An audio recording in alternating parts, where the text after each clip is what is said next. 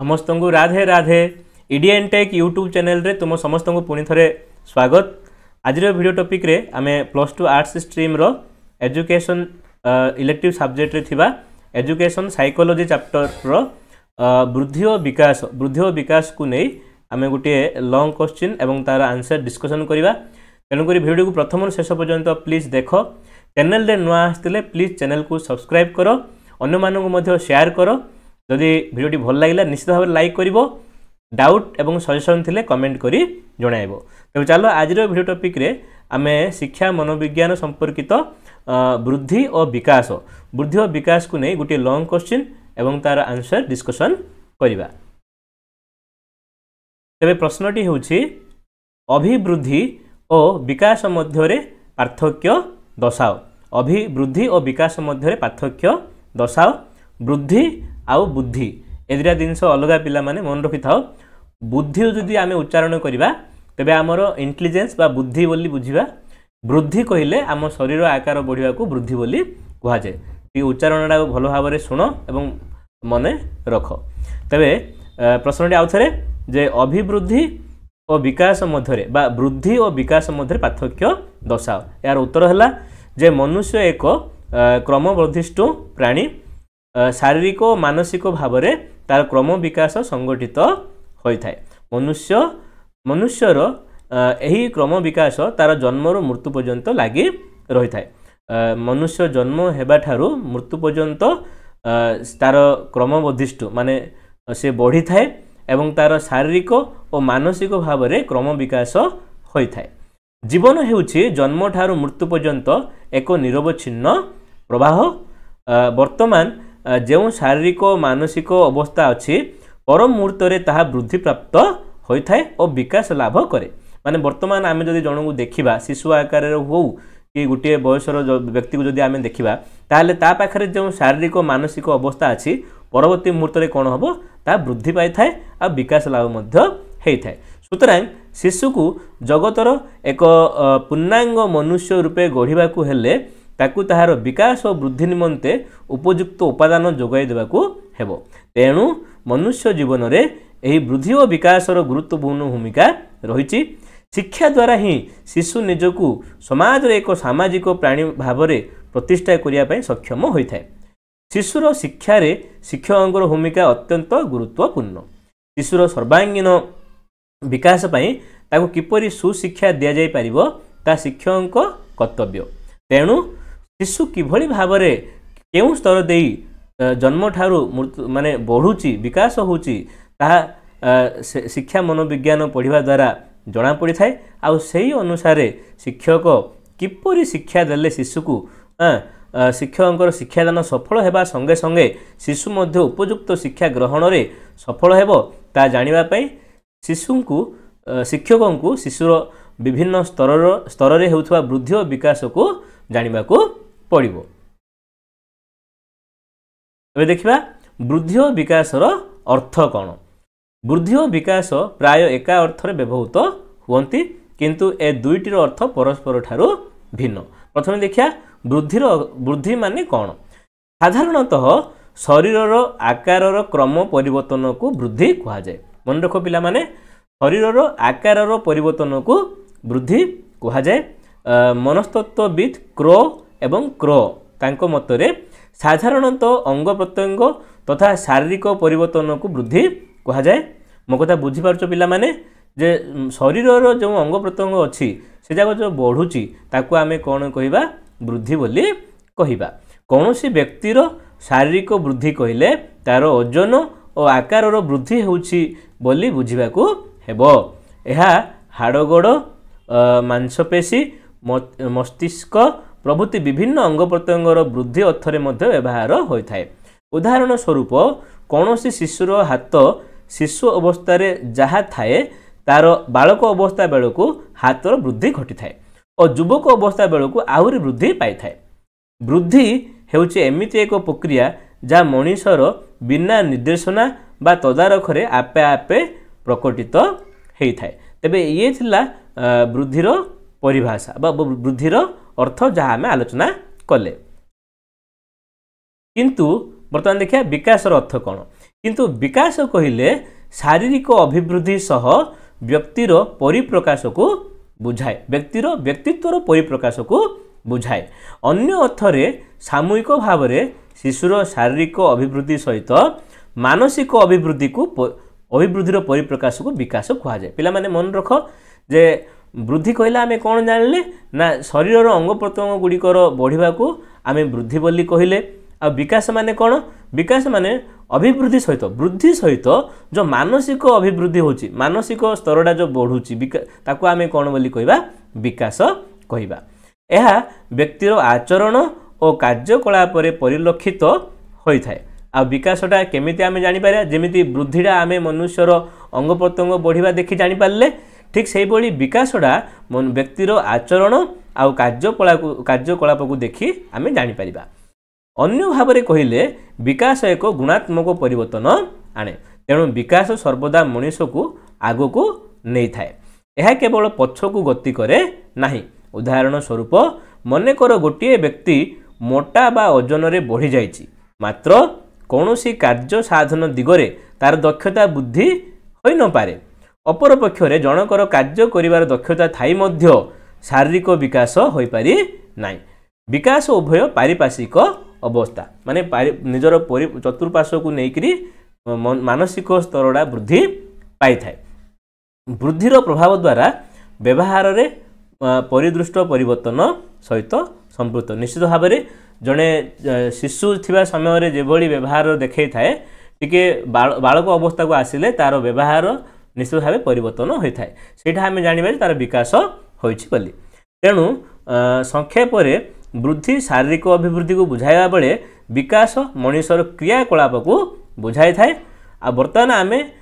वृद्धि और विकास मध्य कौन पार्थक्य रही ता आलोचना करिबा प्रथमे आसिया वृद्धि उपर आलोचना करिबा जे साधारणतः मनुष्य शरीर आकार क्रम परिवर्तन को वृद्धि कहती यह मनुष्यर हाड़गोड़ मांसपेशी और मस्तिष्क प्रभृति विभिन्न अंग प्रत्यंगर वृद्धि अर्थरे व्यवहृत हुए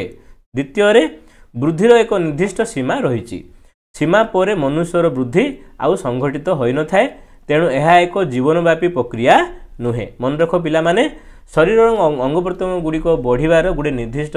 सीमा रही माने बयस रही से बयस मध्य ही आम शरीर अंग प्रत्यंग गुड़िक वृद्धि घटी थाए तेणुक यहाँ गोटे जीवनव्यापी प्रक्रिया नुहे वृद्धि गोटे जीवनव्यापी प्रक्रिया नुहे तापर 3 रे मनुष्यर वृद्धि कहले ताहार 4 गोटी अवस्था जमिति दैहिक मानसिक आवेगात्मक और सामाजिक अभिवृद्धि को मध्य बुझाए परिपक्वतार बुद्धिर शेष हुए परिपक्वता माने जेतेबेले बयस बढ़िबो सेतेबेले आमर हाड़ बा बोन गुड़िक सेमिति स्ट्रंग हो जाती आउ सी माने बढ़ती नाही जा फल शरीर अभिवृद्धि मध्य सेठी बंद हो जाए तापर 5 रे मनुष्यर शारीरिक वृद्धि घटिले मध्य ता विकास साधित हुए नहीं शरीर वृद्धि हो गले कौन है जदि मानसिक स्तर जदि आचरण में परिवर्तन होनी ताहले सेठी विकास होनी बोली आमको बुझा पड़ो तापर रहा वृद्धि मापिबा संभवपर तेणु ताहा परिमाणात्मक माने केते बुद्धि होती केते उच्चता बढ़ी केते ओजना बढ़ी आम जापर सहज जहाँफल बुद्धि को गोटे परिमाणात्मक बोली कह गोटे परिमाण आम गणी था बोली कहीपर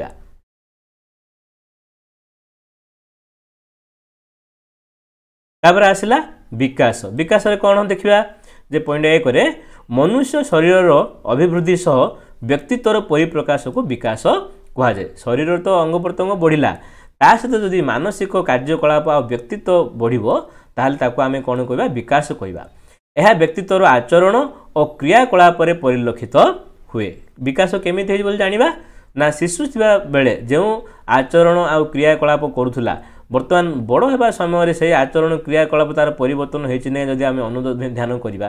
ताहले आम जापर तार विकास होइछि द्वितीय विकास मनुष्यर जन्मरू आरंभ हो मृत्यु शेष हुए माने विकासटा मल्ला पर्यंत चली थाए आचरण में विभिन्न बारंबार परिवर्तन आसुए तेणु विकास होउछि गोटे जीवनव्यापी प्रक्रिया 3 रे ए 4 गोटी अवस्था समन्वय व्यक्तित्वर जो अभिवृद्धि हुए ताहाको विकास बोली कह जाए तापर 4 रे विकास साधित हेबा पर मनुष्यर परिपक्वता आसे माने आचरण आ क्रियाकलाप जितेबले भल करी हम से गोटे मनीष को आम परिपक्वता मैच्योर मैन बोली कहू जहाँ आम तापर आसला पॉइंट 5 रे विकास वृद्धि सहित समताल दे गति करे नाही माने वृद्धि जेमिति समान दिजरा गति करिवो नाही केतेबेले वृद्धिटा शीघ्र जीव विकासटा कम हम विकासटा शीघ्र हम वृद्धिटा कम मध्य हम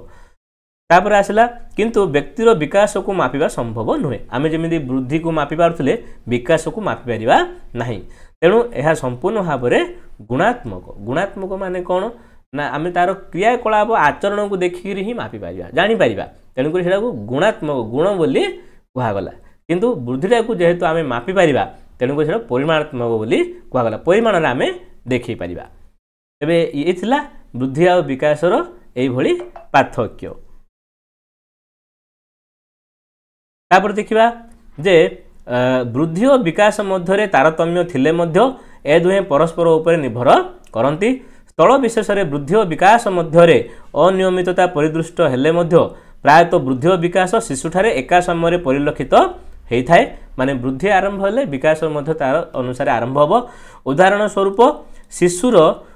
गड़र वृद्धि संगे संगे तार कार्यक्षमता बा विकास देखा दे था शिशुर जो गोड़र अंगड़ा गोड़ अंगर अंग बुढ़ो ताले से गुरुंडा आंठेबा ये विकास ता पाखे देखब जोटा कि मानसिक स्तर से जानिला जे मो गोड़ अंगर वृद्धि घटी मुझे गुरुंडी पारि तापरे बयस तुलन में शारीरिक वृद्धिर आवश्यकता जेपरी रही तदनुजाई मानसिक आवेगात्मक और सामाजिक विकास मध्य भल भाव में हेबा दरकार जमी बयस तुलन में आमर अंग प्रत्यंग बढ़ुची ठीक से बयस तुलन में आमर यही गुण गुड़िक जमी कौन जे मानसिक तापर आवेगात्मक सामाजिक ए गुण गुड़िक वृद्धि होगा आवश्यक तेणु शिक्षार प्रथम कार्य होची शिशु को कौन सी शिक्षादान देवा पूर्व तार समस्त प्रकार वृद्धि और विकास को विश्लेषण करने निहाती दरकार माने शिशुरा सठिक भाव में तार वृद्धि और विकास समताल दे कि नाई बा वृद्धि होती विकास ता पाखे कि नाई एटा को आमको जाना पड़ो शिक्षक को जाना पड़ो कारण शिक्षक छात्रर शारीरिक और मानसिक विज्ञान ज्ञान भावनार उन्नति आवेगर सुनियंत्रण तथा शिशु को सामाजिक प्राणी भाव में गठन करने दायित्व बहन करी सब जिनस गुड़िक से जब जानीपारे ताहले भल भाव में शिशु को से गोटे सामाजिक प्राणी भाव में गठन करें जदि कमलमती शिशु मानकर विकास प्रति लक्ष्य दिया न जाए तांको ऊपर अत्याधिक पाठभार लदी दिज्व तेबे सेमानंक ज्ञानर विकास न होई मानसिक विकृति घटिबार संभावना रही जो बयस जहाँ शिखा कथा शिशु निश्चित भाव में ताहा शिखुची आमे अलगा भावुचे आमे ताको कौन करचे अति कम बयस तार विकास हो बोलिकी ता ऊपर भार लदी देउचे जाफल भविष्य से कौन होची गोटे विकृत चरित्र ता पाखरे घटुची सेथिपाई कौन सी शिशु तालीम पाई उपयुक्त माने पाठ पढ़िया पाई उपयुक्त कि अनुपयुक्त ता विवेचना करने को पड़ो तेणु इतर प्राणी मान ठारू मनीष अलगा करी माने सब प्राणी मान ठारू मनीष हूँ श्रेष्ठ प्राणी से अलगा करी एक उन्नत जीव रूपे परिगणना करने शिक्षा देवाक हेले प्रथमे तार वृद्धि और विकास प्रति ध्यान देवा उचित जेहेतु भगवान सृष्टि रे मनुष्य हूँ गोटे श्रेष्ठ प्राणी तेणुक मनुष्य श्रेष्ठ प्राणी हेले सठिक बयस सठिक समय तार वृद्धि सहित विकास होती ना जानिले ही ताकू आमे सठिक भाव में जड़े कौन जे सामाजिक प्राणी भाव गढ़ी पारिबा।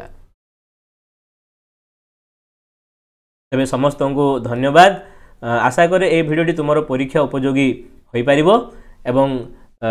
तुमको पाठ पढ़िबारे साहाय्य करिवो। So wish you all the best. Thank you to all, love you to all.